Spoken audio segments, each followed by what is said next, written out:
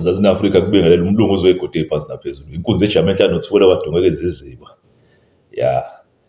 Bengikade ngihleli negenge encane lana efisayo ukwazi izinto. Iyazibuza nje. Ibuza nami ngoba sengisekukhula mina ngokweminyaka. Ithi Mlunguza usho uma izinto zikanjena zenziwa kanjani. Uma nje ibuka isimo esenzakalayo ezweni nasemhlabeni. Ithi uma kukanjena kwenziwa njani. So iyangazi-ke. Ngihlezi ngitshela ukuthi angisiyo uzopolitiki. Ya. Kodwa ngey'nsiza ezithandayo ukwazi, iyayihlupha futhi ngolwazi. Ilifune nalapho lingatholakali khona ulwazi. Ya. Kodwa engihlezi ngiyitshela kona igenge esakhula. Ukuthi mina njengomlunguzi kulona lonke ulwazi engiliqongelelele kusukela esikhathini ngaqala ukwenza uphenyo nophando ngezinto eziningi ezihlukahlukene. Ngiyaye ngitshele ukuthi kukona konke kungisiza ekutheni ngikwazi ukubona nokuqonda izinto indlela ezime ngayo nokuthi kungani zenzeka kwesinye isikhathi. Ngoba ilokhu umuntu ayakuveza ukuthi isikhathi esidlule nezenzakalo isikhathi esiningi zijwayele ukuqondisa izinto ezenzeka esikhathini esizayo. Ya. So-ke ilokho engiyaye ngibatshele kona ukuthi uma sesihlalile phansi saxoxa ngezenzakalo angeke umuntu ngimnikeze ama-solutions kumele enze njani. Kodwa umuntu ngamunye ukuthi asicabangele ukuthi uma wena ubona-ke izinto zime ngale ndlela wena uzokwenza njani. Ngoba ezinye izinto asidingi ukuthi kube khona umuntu ozohamba phambili akutshele ukuthi hey, asenzeni kanje, asisukumeni manje senze kanje. No, ukuthi wena uthole ulwazi bese kulolu lwazi olutholile uhlale phansi. Ucabange uzendle, ucabange ukuthi okay right. Mina ngokwami uma izimo zikanjena ngizokwenza njani. Ya. So-ke namanje ngiyayitshela igenge esakhula ukuthi kubalulekile ukwazi ukuma komlando nokwazi ukuthi wena ubani wena. Ya. Uma udabuka ngaphansi kwesizwe esithize, leso sizwe siqambeke kanjani. Uyini umsuka waso. Ya. Kubalulekile kakhulu ukukwazi lokho ukuthi wena ubani. Ya. Usuka kephi. Ya. So-ke ngiye ngathanda ukuhlehla kancane ngibuyele emuva njengoba bengixoxa nale genge esayintsha ethandayo ukwazi ngezenzakalo zezinto ukuthi kungani izinto zenzeka ngale ndlela. Kungani ikakhulukazi njengoba sihlala kuleli elilapha elisezansi neAfrika. Kungani kukhona ama-tribes ahlukahlukene amaningi kangaka. Kungani kukhona izilimi ezihlukahlukene njalo njalo. Ya. So-ke ngithandile ukuhlala phansi nayo le genge esayintsha. Sixoxe kabanzi. Ngayibonisa ukuthi uyabona kubalulekile ukwazi umlando ngesintu. Ya. Uma ngikhuluma ngesintu ngikhuluma ngabantu bonke. Angikhulumi ngohlanga oluthize. Ngikhuluma ngabantu nje bebonke emhlabeni. Ngakhathaliseki ukuthi badabuka kusiphi isizwe, badabuka kuliphi uhlanga. Kunento eyodwa ehola umuntu.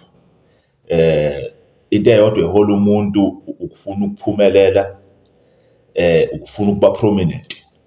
Ya, ukuba namandla. Ya. Ukufuna ukuthi uma kungenzeka udabuka ngaphansi kwesizwe esithize kube ukuthi leso sizwe adabuka kusona sinamandla kunabanye. So umuntu ngaso sonke isikhathi uhlezi enomuzwa noma enesifiso sokufuna ukuba ngaphezulu kwabanye. Yeah. So-ke it's human nature kungokwemvelo ukuthi umuntu ngaso sonke isikhathi ufuna ukudominate, ufuna ukuba namandla.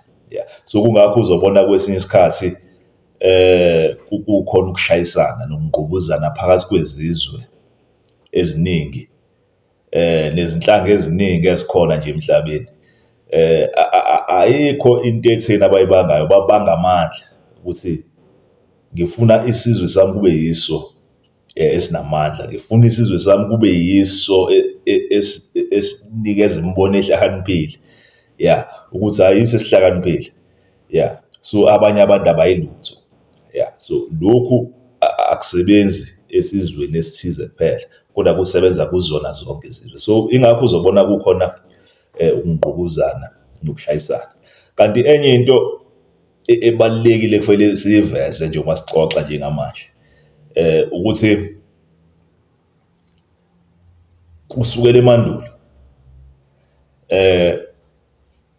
abantu baye bafuna ukulawula imvelo, ya, baye bafuna ukulawula imvelo, bafake imithetho yabo nemigoqo yabo ukuze bezolawula izinto ezenzeka ngokwemvelo ukuthi bafuna zenzeke ngendlela yabo, ya. So enye yezinto le eyabangela ukuwa kwesintu, ngoba noma ungakwenza kube sengazi ukuthi uyaphumelela ngaleso sikhathi, kodwa qiniseka ukuthi ekugcineni, ya, ngokuhamba kwesikhathi noma mhlawumbe kungeke kusheshe, kodwa umphumela wokwenza kanjalo ukufuna ukulawula imvelo uyoba inhlekelele, ya, i-disaster, ilokho okuhlele kwenzeka ngaso sonke isikhathi. Ngizokwenzela isibonelo. Sikhula thina bekunemfula emikhulu ebigeleza, eminye bekuba neziziba kuyona, sibhukuda, sijabulela ukubhukuda makushisa bese sibuyela emakhaya sekuntambama nelanga selithambeme, ya. So leyo mfula uma uzobuka njengamanje ayisekho. Imfula ebiba khona igcwala kwesinye isikhathi siyishiye nje ngokwemvelo uma mhlawumbe uthola ukuthi kusebusika iy'mvula azikho. Kodwa manje leyo mfula ayikho ebusika nasehlobo. Kungani leyo mfula ingekho njengamanje? Uma eminye isakhona uyaye ufice kukhona nje amanzana, ubone ukuthi ichibana seliyasha. Kungenxa yokuthi abantu baye bafuna ukulawula imvelo. Ukulawula imvelo ngenxa yokuthi lapho belawula imvelo bese beyakwazi ukukhontrola abanye ngokwalokho asebekulawulile bakugodla kwaba ngakubona. Le mfula engikhuluma ngayo njengamanje kuye kwakhiwa amadamu. So la madamu ayagcina amanzi. La manzi adedelwa kumelwe ukukhipha okuthize ukuze uthole lawo manzi lawo, ya. So awusakwazi manje ukuya kule mfula wakwazi uya kuyona uyokha amanzi lapho sisakhula, ubuye ekhaya nipheke niphuze ngenxa yokuthi imfula ishile. So-ke ukuze uzothola amanzi namanje sekufanele uye kulaba bantu abakwazi ukufaka imigoqo bakha amadamu, bese kuthiwa amanzi sizowadedela kodwa kumele ukhokhe wena, ya. So-ke amanzi uzowathola masifuna, masingafuni thina amanzi ngeke uwathole, ya.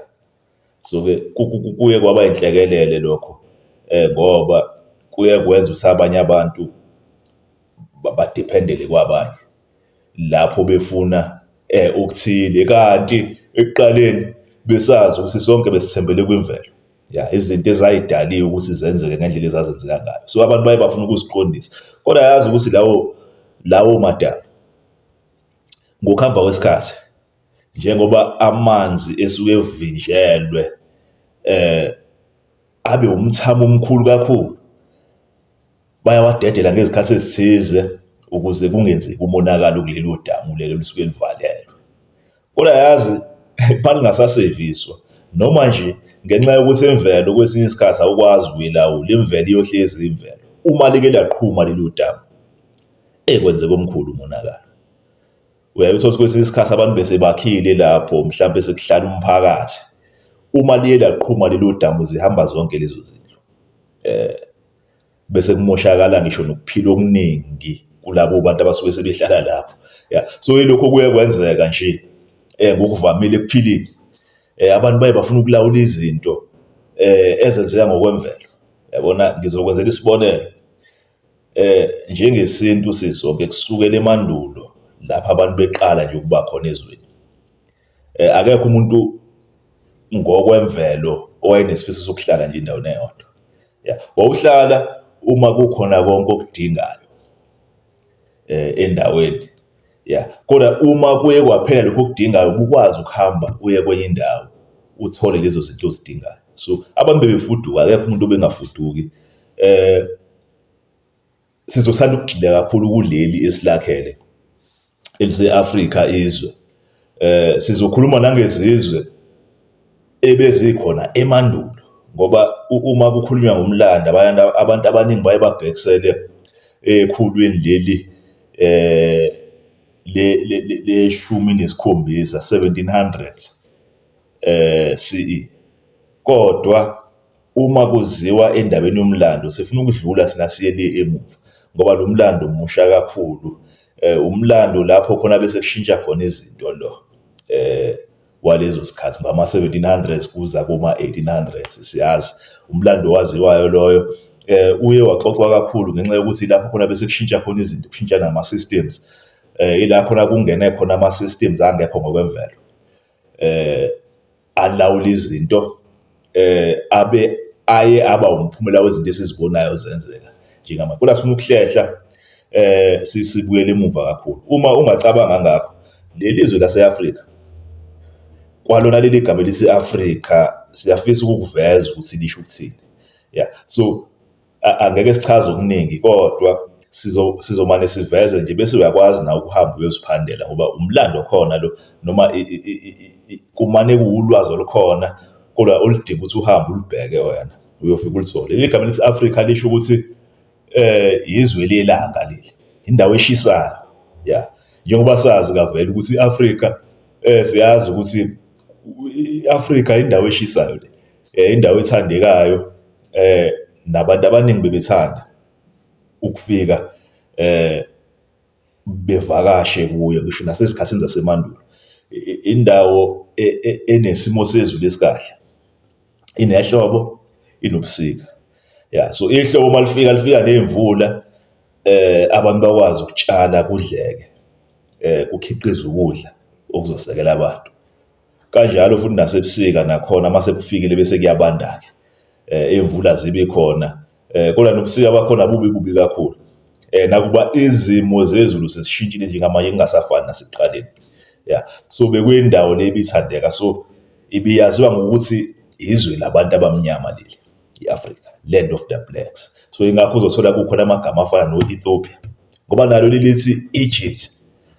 Uma kulandelelwa kahle ngazi ukuthi libhekiselwe kulona kanye leli lithi izwe labantu abamnyama, ngoba belaziwa ngokuthi kuthiwa manje seKemet, iKemet, land of the blacks.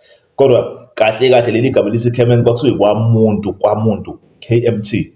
Siyazi ama-Egyptians njengeziningi izizwe zasendulo bebengabafaki onkamisa lapho bebhala, bebefaka nje kuphela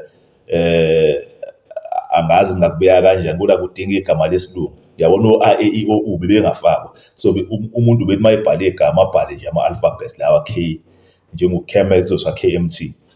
Kemet. Kuthiwa Kemet ngokumlando wamanje otholwe abantu ababengasibona izakhamizi ngaphansi kwaleliyana lase Kemet ngalesa sikhathi. Lo Kemet omele lithi kwamuntu laphana. Ngokolwazi noma ngokomlando, uma uhlehla ubheke emuva uzothola ukuthi leli yazwe kwakuthiwa kwamuntu, Kemet, kamuntu, okwakubhekiselwa kuyena njengonkulunkulu wempi. Kwakuthiwa unkulunkulu wempi lo muntu. So ngisho noFaro ngalesa sikhathi babebizwa ngokuthi abantu. uRamesses engazi ukuthi nguye lona owayebizwa ngokuthi umuntu onamandla kwezempi. So akusiyena kuphela, nabanye oFaro uzothola ukuthi babebizwa ngabantu, kuthiwa abantu laba. So-ke kungakho uzothola lapha e-Afrika kukhona uhlanga noma isizwe esikhulu esibizwa ngokuthi abantu. Kusuka le enhla nezwe wehla njalo uzofika eningizimu ne-Afrika, abantu laba. So ibona abantu laba babekhona ngalesa sikhathi sasendulo ngesikhathi kukhona izwe lase-Egypt. Yeah. So-ke uhlanga lokuqala lolu belukhona, kukhona abaphuthi. Abaphuthi laba baziwa ngokuthi abathwa njengamanje. Abathwa igama elithathelwe egameni elithi abakwalanga. Ikhona kanye i-Egypt kwalanga. Yeah. So kukhomba ukuthi nabo abathwa abaphuthi babeyingxenye yaloya mbuso waseGibhithe. Yeah. Futhi babe kanye nabo abantu bebelokhu besebenzelana nabantu laba kusuka lenhla nezwe ukuze kuzofika ngisho nasemazansi naleli silakhele le-Afrika. Yeah. So-ke siyazi abaphuthi babizwa ngamagama amaningi ahlukahlukene njengamanje. Yeah. Nabo baba izizwe, baba ama-tribes ahlukahlukene, ama-clans akhuluma ulimi oluhlukahlukene, kodwa baziwa kakhulu ngokuthi babeqwakela uma bekhuluma. Yeah. Ulimi lwabo lunama-clicks, lunama-clicks, kodwa sizoza lapho ngoba nayo siyafuna ukuyithinta kancane lena yabaphuthi. Baziwa njengokungazi ukuthi kuthiwa ibona imisindisi yokuzimilela lapha emazansi ne-Afrika, abaphuthi. Yeah. Kodwa uma befuna ukwazi ngalokho kumele babuze thina njengabantu balapha e-Afrika ukuthi kahle kahle obani abaphuthi. Ngiyaye ngizwe nabaphuthi uma bekhuluma baye basho kanjalo ukuthi thina sikaze sifuduke, sihleli la. Ngisho nabantu sebesho njalo njengamanje abathola lapha eNingizimu ne-Afrika. Bathi thina sasiwumsindisi wokuyimina, sasihleli la, sadabuka la. Akekho umuntu ongakaze afuduke ezizweni zonke zomhlaba. Yeah. So-ke abaphuthi abafowethu labo. Ngizokhuluma kahle kanjalo ngoba ngiyazi mina isibongo nguthusi, umlotha usishanga udlebe enkomo. Yeah. Saziwa njengabantu njengamanje. Kodwa sihlanganisa abantu nabaphuthi. Zazikhona izibongo zakithi nama-clans nezizwe ezazingaphansi kwabaphuthi. Baba bathwa ngqo. Abathwa laba abaqwakelayo abakhuluma ngama-clicks lapho bekhuluma. Kodwa thina njengothusi njengamanje siphakathi kwalenzalo yabathwa uhlanganise nabantu. Yeah. So-ke uma uthinta abathwa uthinta abantu bakithi, uma uthinta abantu futhi uthinta abantu bakithi.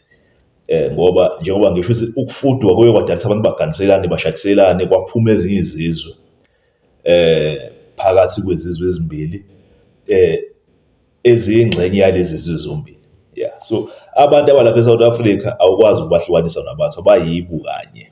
Kodwa sizokuveza ukuthi abathwa baye bahlukana kanjani ngokwesigaba eziningi ezihlukahlukene. Abanye bazothi kodwa manje anibukeki njengalabantu ababizwa ngabathwa njengamanje, ngoba kuyaye kubhekiselwe kuma-coin namasandi ukuthi hayi bona abathwa laba bangempela. Kodwa uzothola sikwenzeka kanjani lokho. Yeah. So-ke abaphuthi isizwe sesibili ebesikhona lapha kwelase-Afrika lilonke. Bayaziwa-ke bona ukuthi bangabantu abafudukayo. Kuze kwaba kuleli elikamumva lama-1800 bekhona abathwa abafudukayo. Sebebizwa ngamanye amagama-ke njengamanje. Yeah. So bekukhona nabakhushi. Yeah, abakhushi. Yeah, siyazi abakhushi ububathola north east of Africa. Yeah, abakhushi bebaziwa ngokuthi ama-Nubians ngalesiya sikhathi. Yeah. So-ke abantu abebegxile kakhulu kuleli elise-Middle East njengamanje. I-Arab leliya. I-Arab belakhelwe yibona kuwele njalo kuze kuzongena enhlonhlweni le-Afrika la. So bebehweba ne-Arab bewelela ngapha nase-Afrika. So kubathola ngala, kubathola ngale. So imibuso eminingi ebikhona eMiddle East, imibuso efana nalena eyayilapha koMesopotamia, imibuso yamaKhaledi, iBhabhiloni, Asiriya njalo njalo. Bebeyingxenye yaleyo mbuso. Nakuba leyo mbuso ibingaphansi kwezizwe ezaziwa ngokuthi njengamanje lezi esiyaye sithi mase sibheka sithi ama-Arab njengamanje. Yeah. So imibuso eyakhiwe lezi yazizwe zama-Arab, kodwa laba amakhushi, abantu abamnyama njengami nawe, obathola laphana ko-Somalia, ukudla unyukela njalo kwezinye izizwe lapha esikhona ko-Eritrea njalo njalo, Ethiopia, uzobathola abakhushi bakhona lapho. Yeah, so-ke bebeyingxenye yalezi zizwe ezingane. Eminye imibuso yayo bengisho nangamakhosi laphana eMiddle East. Yeah, so izizwe beyisebenzelana kanjalo. Bese kuba khona isizwe sesine lesi besaziwa ngosamaKhanana. AmaKhanana abegxile kakhulu laphana kuleli elaziwa ngokuthi njengamanje ikwa-Israyeli.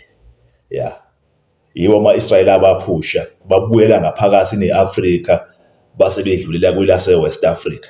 Yeah, so yilabo abafowethu esibathola abakhele lase-West Africa njengamanje lapha ko-Nigeria, ubheke indawo ey'fana no-Senegal, Ghana, njalo njalo.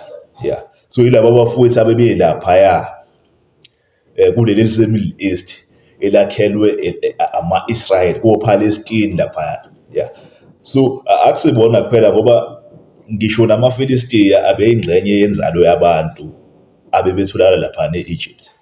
Yeah, so i-Afrika iye yadonsa abantu abaningi ukuthi beze kuyona ngenxa yesimo esikahle sezulu layo, nokuthi ziningi izinto ebezitholakala khona. So kungakho uzobona kukhona umbuso wokuqala owaziwayo owakwazi ukuthi ukwazi ukubusa umhlaba wonke, okwakusiwa umbuso wamaGibhithe.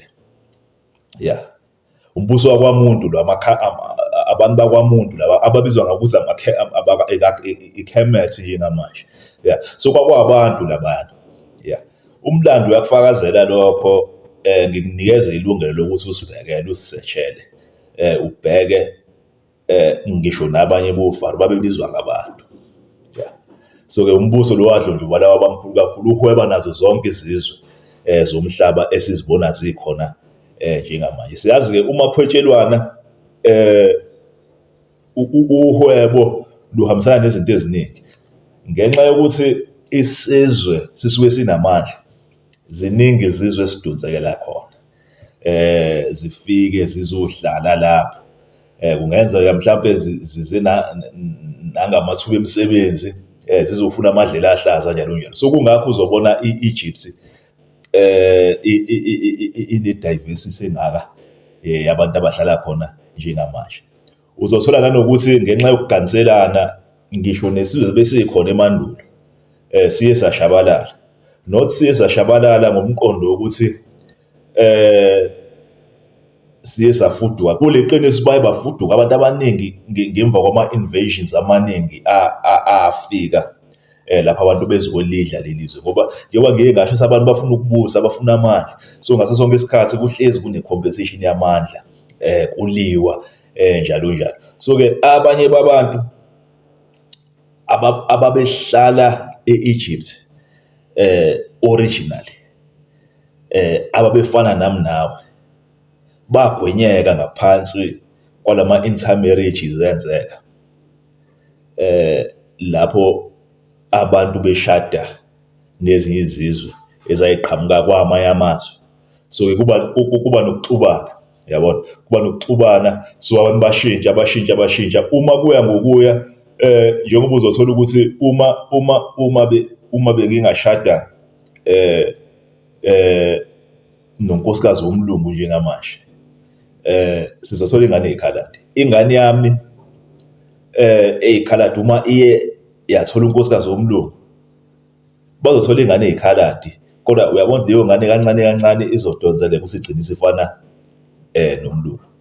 Yeah, izogcina isishintshile futhi ngamanye amazwi i-generation yami ezayo, nakuba mina ngumuntu omnyama kanjena, i-generation yami ezayo izogcina isingabantu abamhlophe, isingabelungu, njengabantu abafana nabantu base-Europe. Yeah, so ilokho kuye kwenzeka i-DNA i-fluid, ubuhlanga bu-fluid.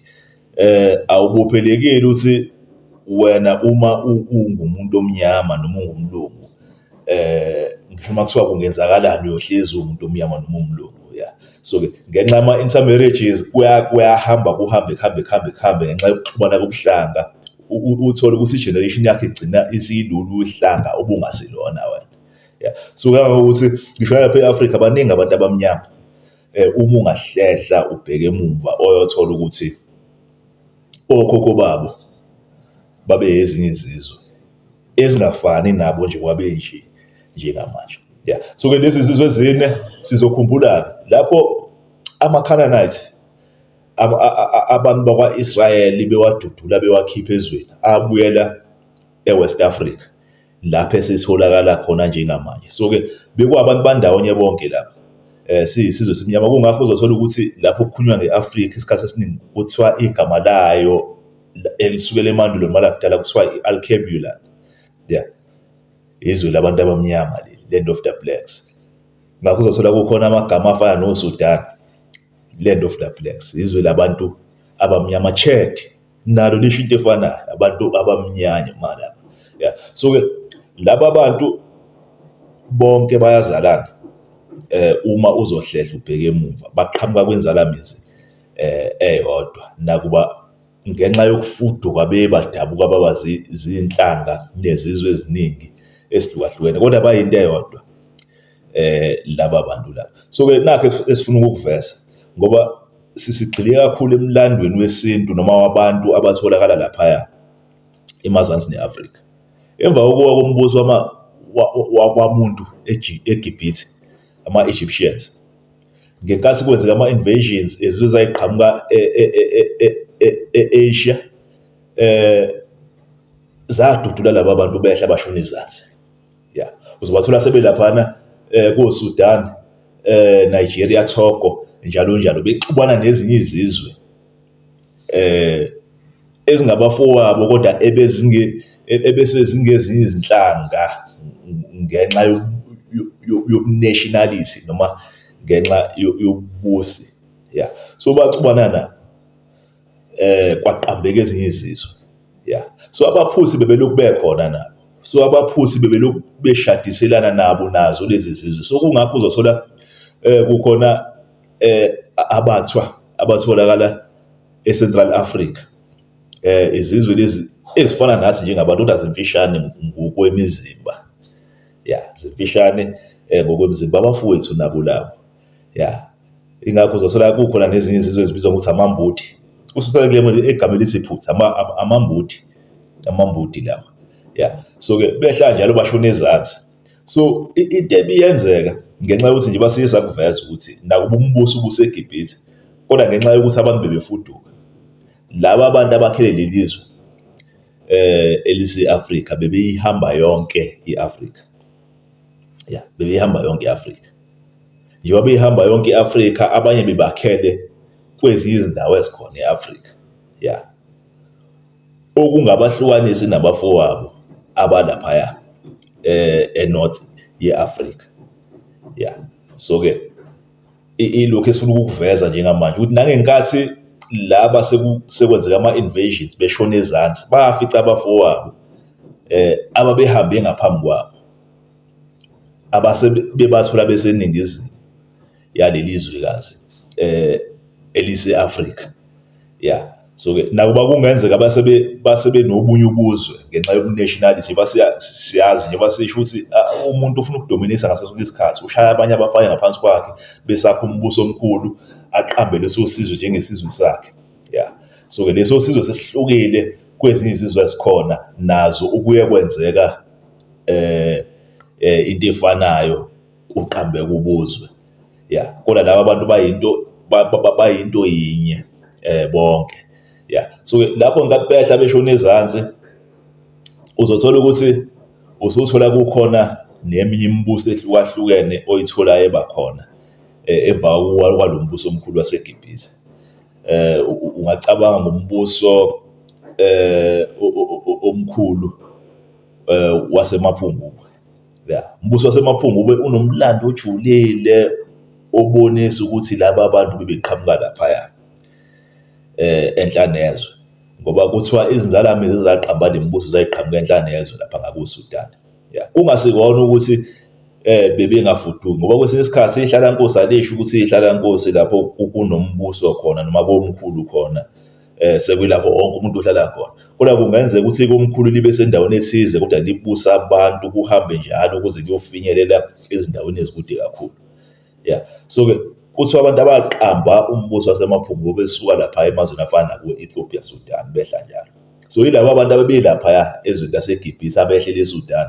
So ngokuhamba kwesikhathi futhi lapho kwenzeka ama-invasions bashona phansi ngoba siyazi iGibhithe liye la-invadwa izizwe ey'ningi kusukela kuma-Arab, kusukela kwizizwe zako-Europe, kusukela ngisho nakwezinye izizwe eziningi ezazise-Asia. Ya, so kungakho uzothola manje i-Egypt i-diverse kangaka ngokobuhlanga nangezizwe nangokubukeka kwabantu. Yeah, so laphaya bekuyi-melting pot yezofuduko lapho zingakasetshenziswa kakhulu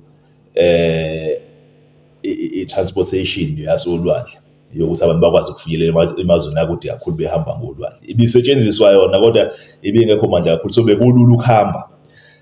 So bekulula ukuwelela e-Asia uma uzonyuka njalo uyofika le ngakoGibhithe bukwazi ukuwela, noma uzoya ngako-Djibouti laphana ko-Ethiopia bukwazi ukuwelela ngako-Yemen. So iyona ndlela bebekwazi ukuhamba ngayo. Uma ufuna ukuya e-Europe bukwazi ukunyuka le uya ngako-Morocco uyowelela e-Spain njalo njalo. Ibikhona-ke imikhumbi yangaleso sikhathi abantu abebekwazi ukuyisebenzisa kulezi zilwandle bezikhona ko-Mediterranean, Red Sea njalo njalo. Yeah, so-ke abantu bebexhumana kanjalo. So lezi zizwe ezehla zashona ezansi bekuhamba kukhona abantu kuhlanganise nabathwa abaphuthi. Yeah, so ngeke ukwazi ukubahlukanisa laba bantu bobabili. So abantu baye bakhombe izizwe zamaKhoisan namaSan ezikhona laphana eningizimu ye-Afrika. Uzokhumbula lo mbuso esiye sakhulunywa ngawo wasemaphungubwe izizwe beqhamuka enhlane yeso. Uhwebelana njengoba izizwe bezilapha eNorth beyihwebelana nama-Arab nezinye izizwe zase-Asia kuhlanganise ne-Europe, umunyuka njalo uya ngako-Tunisia, Morocco.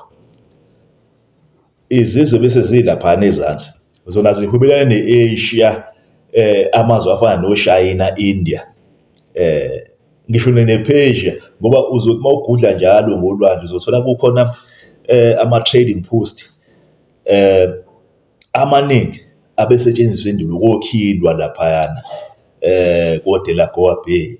Uthi uma wehla uya ko-Algoa Bay uze uyofika Cape of Good Hope. Yeah, izindawo lezi beyisetshenziswa ukuhweba, nakube ezinye ziqambeke noma zivele kamuva. Kodwa lezi zizobe zilapha ezansi bese zihwebelana nama-China, zihwebelana nama-Persia, zihwebelana nama-Indians njalo njalo. Yeah, so-ke ekuhwebelaneni kwalezi zizwe ngeke nihwebelane kungabi khona ama-intermarriages enzekalayo. Yeah, so-ke ezinye zezizwe ezibhekwa njengabathwa njengamanje, njengoba siye sasho ukuthi abathwa bashadiselana nabantu kwaqambeka izizwe ezithize. Abathwa futhi amaphuthi aye ashadiselana nezizwe ezise-Asia ey'fana namaShayina nama-India. Kwaqambeka izizwe zabathwa esesizibona zikhona njengamanje. Yeah, so kungakho uzothola abanye abathwa bengabukeki njengezinye zezizwe ezikhona lapha e-Afrika. Abanye banebala elikhanyayo, nemizimba emncanyana, namehlo uma uzowabuka ngazi ukuthi amehlo abadonsekile kancane. Ilolu hwebo olwenzeka ezikhathini zasemandulo phakathi kwalezi zizwe ezise-Asia kuhlanganise nezizwe zazilapha ngaphakathi. So kungasibona abathwa kuphela, ngisho nakubantu bona ngokwabo uhwebo olwenzeka. So kunabanye abantu abakhona njengamanje ongathi uma uhlehla uzothola ukuthi okhokho babo babe ezinye zezizwe zayise-Asia. Yeah, kodwa njengoba siye sasho ukuthi ngenxa yokuganiselana, uma umuntu obuza ukuthile ehlangana nomunye umuntu obuza uthize kuzoqambeka, kuzophuma ingane e-mixed. Kodwa leyo ngane uma iye yashada kubuzwe obodwa kulobu babazali babo, leyo ngane iyohamba igcina isifana nomzali oyedwa wabo. Yeah, so-ke ungabusakwazi manje ukubona ukuthi awukani lo muntu lona kungenzeka wayeyishayina usewumuntu onsundu njengamanje. Yeah, so ilokhu kuye kwenzeka ngisho nasezikhathini zasendulo.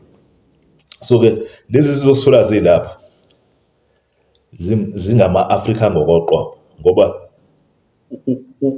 kuyaye kuthiwe ubuzwe ubuthola ngasohlangothini lukababa, kodwa iqiniso lokuthi nangasohlangothini likamama bangakanani abantu abakhulele komalume, abasebenzisa isibongo sakomalume, abazi kuze kube manje ukuthi bangabaleso sibongo leso, noma bebingelelwa noma bethakazelwa noma babizwa ngaleso sibongo leso. So-ke umuntu kabili, kodwa ngokwama-systems asebenzayo ngokwesintu njengamanje kuyaye kuthiwa hhayi uhlangothi likababa, kodwa nangasekhaya komama ama-genes kamama akhona. So kungakho-ke manje uzothola ukuthi kulezi zizwe esikhona lapha uzothola ukuthi kunalo diversity lobo obukhona, kodwa siyinto eyodwa sonke siyigazi linye. Njengoba nginegazi labathwa ngumuthwa, yonke into eyenzeka kumuntu owumuthwa ngiyazwela. Njengoba nginegazi labantu ngingumuntu, kuyona yonke into eyenzakalayo kumuntu ngiyazwela. So-ke abantu badabuka enhla nezwe kwelaseGibhithe, behla njalo baze bafika kuleli elimasezansi, behamba nabathwa abaphuthi, bafika-ke kuqala kunazo zonke ezinye izizwe ezazikhona lapha, kodwa ngenxa yokuthi umthetho wemvelo waso sonke isintu ukufuduka, abantu bayaqhubeka befuduka. So-ke imithetho emisha eyafika njengoba kwase kufika ezinye izinhlanga noma ezinye izizwe zitheleka kuleli lise-Afrika, ngoba siyazi ukuthi ngeminyaka yo-1652 izizwe noma abantu base-Europe baqala betheleka kuleli. So-ke njengoba siyazi ukuthi isifiso sawo wonke umuntu ophilayo emhlabeni ukudominate, nabo babehamba benomqondo wokudominate izizwe ababefika kuzona. So-ke bafike bakwazi ukukwenza lokho base befaka umthetho wabo. So umthetho omusha owaqala ukusebenza ezintweni ezindala ebesisebenzisa umthetho wasendulo, yiwo lo osebenzayo kuze kube yimanje. So baqala ukuvala, bevala izindawo, bekhanda imigoqo, amabhoda, ukuthi hhayi-ke manje nakuba nina benilihamba nilehla lonke leli lise-Afrika anisakwazi manje ukukwenza lokho-ke ngokusithandela. Sizofaka imigoqo manje, uzodlula la ngokomthetho, masifuna udlula uzodlula, masifuna ungadluli ngeke udlule. So-ke sho ngamanye amazwi bakha amadamu, sizobhekisela kubantu njengokungazi ukuthi imfula ebigeleza ngokwemvelo, base befaka amadamu ukuvimbela le mfula le, ukuthi bakha amadamu amakhulu manje ukuze bezokwazi ukulawula amanzi aphumayo nangenayo. So-ke njengoba siye sasho ukuthi amanzi avinjwe kanjalo angaqhubeka esebenza isikhathi esithize, kodwa ngokuhamba kwesikhathi imvelo izokhomba ukuthi mina ngemvelo, imvelo ikwazi ukudlula ishaye idabule nalapho khona kungenzeka ukuthi ibivinyelwe khona singadluli khona. Amanzi-ke lawa, amanzi akukho la engangeni khona. So uyalibona ngelinye ilanga lelo damu liyoqhuma liyosakazeka. So lokho esikubonayo okwenzeka-ke njengamanje ukuthi kuye kwafakwa imigoqo, kuvinjelwa izinto ebezenzeka ngokwemvelo. So abantu baqhubekile begeleza, amanzi ngeke uze uwavimbe, abantu beqhubeka begeleza, abantu ngokwemvelo, abantu abafudukayo. Ngisho nemibuso ekhona, awukho umbuso oye wabakhona abantu bengafudukanga. Ungacabanga ngombuso lo ongasekho njengamanje, kodwa owashiya izibazi ezinkulu ezindaweni ezihlukahlukene, umbuso kaGenghis Khan. Umbuso kaGenghis Khan kwakuyizinsizwa lezi kuthiwa zadla ngokuthi zazinamahashi zikwazi ukufinyelela ezindaweni ezikude kakhulu. So-ke akekho umuntu owaye wakhanda umbuso omkhulu okwazi ukufinyelela izindawo ezikude ehleli nje endaweni eyodwa ukuthi hhayi thina asifuduke sihleli nje. Umbuso wakhiwa ngokufuduka. So-ke bafike bashaye badle izizwe ezisuke zihleli, bese beyakwazi ukuthi basifake ngaphansi kwabo. Bakha umbuso behamba njalo njalo. So yonke imibuso oyayibona ikhona kusukela emandulo, labo bantu befudukile basuka endaweni eyodwa. Cabanga ngamaGrikhi. AmaGrikhi, u-Alexander wasuka kwelakubo laphaya, angisazi noma wayesuka e-Athens, u-Alexander Mkhulu, kodwa washaya waqongelela, washaya zonke izizwe bezilaphana ko-Medithera, ehla njalo waze wayongena e-Afrika. Siyathola kunanedolobha lapha elibizwa ngokuthi ise-Alex, e-Egypt, Alexander. Yeah. So-ke akekho umuntu ongakaze afuduke. Zonke izizwe ziye zafuduka, kungokwemvelo ukuthi bonke abantu bafuduke, kodwa imigoqo noma imithetho emisha eyafakwa kulamakhulu eminyaka edlule iye yavimbela ukufuduka kwesintu. So lapho kuvinjelwa lokhu, kuye kwenziwa kuye kwafakwa imithetho engekho ngokwemvelo ukuze ivimbe imithetho engokwemvelo. Yeah. Kodwa-ke ngokuhamba kwesikhathi imithetho ngokwemvelo yiyo ehlezi inqoba ngaso sonke isikhathi. Yeah. Amadamu ayobhidlika, lapho amadamu ebhidlika bese kukhandeka-ke i-chaos esiyibona iyenzeka emhlabeni kabanzi njengamanje. Yeah. Kodwa uma singabuyela emumva, izizwe ezilapha masezansi ne-Afrika zidabuka ngandawonye nazo zonke izizwe ezikhona lezi ezisenyakatho ne-Afrika. Yeah. So-ke umuntu oqhamuke eNigeria, umuntu oqhamuke e-Ethiopia, umuntu oqhamuke eCongo, umuntu oqhamuke eZambia, eZimbabwe, kuyinto yinye nomuntu otholakala lapha masezansi ne-Afrika. Ngoba ngisho nabathwa nje bakuthiwa abathwa bona bomsinsi wokuzimilela lapha e-Afrika, abanye bozalo lwabo balapha e-Central Africa. Central Africa abathwa bakhona nabo bengasaqwakeli njengamanje, kodwa awuzobathola abanye beqwakela. Yeah. Ngiyacabanga ukuthi amaHadza noma amaHadzabe lapho bekhuluma uzoluzwa ilimi lwabo, kulona ama-clicks. Yeah. So-ke lokho kumane kubulala loya mbono wokuthi ama-clicks atholakala eSouth kuphela. Uma uya e-Central Africa ngeke uze ubathola abantu abakhuluma ngama-clicks, bakhona. Yeah. So zonke lezi zizwe bezifuduka zihamba lonke leli lise-Afrika, kodwa imithetho emisha eyafakwa eyayivimbela imithetho ngokwemvelo iyenza ukuthi abantu bahlukane. Yeah. Imithetho engokwemvelo yayihlanganisa, imithetho emisha yayihlukanisa, imithetho emisha efika nomqondo wobuntu noma womuntu ukufuna ukudominate, alawula izinto. So-ke ukuze ezolawula izinto uzovimbela izinto ezingokwemvelo ukuthi zingenzeki, ukuze kuzokwenzeka umqondo wakhe, umbono wakhe ewuqondisa ngamandla akhe. Kodwa ngokuhamba kwesikhathi imvelo ngaso sonke isikhathi ehlezi iphumelela bese izinto ziyabhidlika. Yeah. So-ke wena use-South Africa ungakhathaliseki ukuthi udabwa kusiphi isizwe, udabuka nabantu abaqhamuka enyakatho ne-Afrika.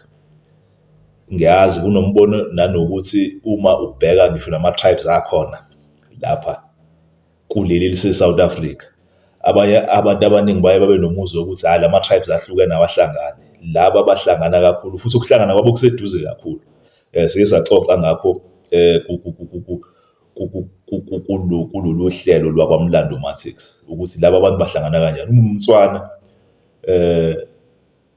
uma umZulu into eyodwa. Yeah. Okhokho benu futhi abahlangani kude kakhulu, bahlangana eduzane. Uma uphuma ngaphansi kwesizwe samaXhosa, omunye uphuma ngaphansi kwesizwe samaVenda, into yinye. Yeah. Shiya indaba yokuthi manje sekubhekiselwa ekuthenini kunezizwe zamaNguni, kunezizwe ezingasibona amaNguni. Nonke ningamaNguni ngoba nidabwa ngaphansi kwaloya mbuso wasemaphungubwe, umbuso wabantu ababeqhamuka enhlanezo. Yeah. Bafike bakhanda umbuso la, basibiza ngamangona. Yeah. So nase niyaphuma-ke niyaqhasha ngoba ngithi njengoba lamakhosi esuke ethatha isithembu egana amakhosikazi amaningi adabwa mhlawumbe ngisho nasezizweni eziningi ezihlukahlukene ezisuke sezakhekile ngaleso sikhathi leso. Amadodana azalwa lapho amanye ayanqaba noma ayakwala ukuba ngaphansi kwalobo bukhosi ngenxa yokuthi mhlawumbe ungathola ukuthi undodana omdala uyena obekwayo kuthiwa akabuse. odabuka endlunkulu bese bebona ngeke sibuswe singuwe sibadala. Nathi singamadoda sizalwe ekhaya komama nakuba ubaba ozizala yedwa ngeke sina simele singubuswa nguwe bese beyaqasha baphume baqalise obaba ubukhosi. Yeah. Abanye bahambe baye kwezinye izindawo bahlangane nezinye izizwe esikhuluma olunye ulimi bese sothi ulimi seliyabhidana lisafana nalolu lukhulunywa ubukhosi abaqhamuka kubona. Yeah. Nizothini? Senizothi-ke hhayi asibazi laba kusibona abantu bakithi. Abantu bakini qobo niyazalana. Yeah. So-ke ilokho Mzansi neAfrika besifuna ukuveza lapha. Esiye saxoxa nalentsha efisayo ukwazi ngomlando. Yeah. So-ke uma ushaya umuntu waseNigeria ushaya umuntu wakini. Ushaya umuntu waseZimbabwe umuntu wakini. Futhi bona-ke abaseZimbabwe baseduze kakhulu. Ngoba uzalo lukaMzilikazi lolu. Umzilikazi kaMashobane. Yeah. Shobane noGasa babezalwa uZikode. uGasa seyisaveza ukuthi uGasa kwakusoshangane. Soshangane owayemfobo kaZwangendaba. Yeah. So izizwe lezi zanyuke lenhla. Kungani uma ucabanga nkathi kuba nezinxushunxushu laba abalekela abanyuke lenhla? Babazi lapho bedabuka khona. Base sizobuyela ey'hlobeni zethu. Nakube izihlobo zabo zayingasaba-recognize mhlawumbe ngenxa yolimi abasebelikhuluma ngalesa sikhathi. Mhlawumbe ingakho kwabakhona ney'nxushunxushu nakhona. Kwabakhona ukulwa basebeqamba izizwe khona. Lezi abantu abalapha eningizimu njengamanje ababesele sebethi uma bebuka lezi zizwe zaqanjwa yilaba bathi akusibona abantu bakithi laba sibazi laba bantu. Yeah. So ilokho kuloko kwenzeka okwenza ukuthi kungabe khona ukuhlangana ngoba wonke umuntu akafuni ukuzi-associate nabantu abathize ngenxa yokuthi umqondo womuntu ngaso sonke isikhathi ufuna ukudominate ukuthi yimina umuntu la, yimina umakhonya la. Masenza izinto fanele kuvela ukuthi mina engenze lokhu. So ilokho kuye kwadala ukuthi lungabi khona ubumbano kuleli likhulu eliseMazansi neAfrika. Hayi asimi la umlando omude mkhulu futhi muningi. Yeah. Sizoloku siqhubeka sixoxa ngakho. Siqhathwa izinto ezincane. Siqhathwa ukufuna ukudominisa, siqhathwa imali. Sibanga imisebenzi nazo zonke lezi zinto lezi. Ebesingaphili ngazo esikhathini esisemandulo. Besiqondiswa imvelo, besazi ukuthi into ebalulekile ukudla kube yishelter nokokwembatha kuphela. Ebesinakho kungakho besisebenza umhlabathi esikhathini zasendulo. Yeah. Ake kodwa simi la. Ubulungu uzoyigode phansi naphezulu. Indoda emnyama esehlathini elimnyama iphakela izingweni ey'ngonyama. Yeah. So inkunzi engayanga nhlobo ediphini le. Solwazi ongafundile wachotshwa zinyoni zezulu. Siyabonga Mzansi neAfrika.